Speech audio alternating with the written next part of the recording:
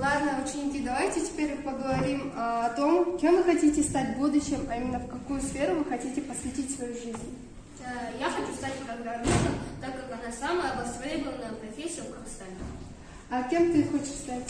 Я хочу стать автомехаником, А именно почему ты выбрал эту профессию? потому что я с детства люблю машины. Понятно. А кем ты хочешь стать, Олег? Я хотел стать стоматологом. Молодец, очень хорошая профессия. Айдан, а кем ты хочешь стать? Электриком. Девушки, тебе надо замуж. Какой из тебя электрик? Ты же девочка. Какой электрик? Ты же девушка, тебе надо замуж. Тебе не кажется то, что быть электриком это более мужская профессия? Ты же девушка, тебе надо замуж. Да, ты глупая. Тебе хватает?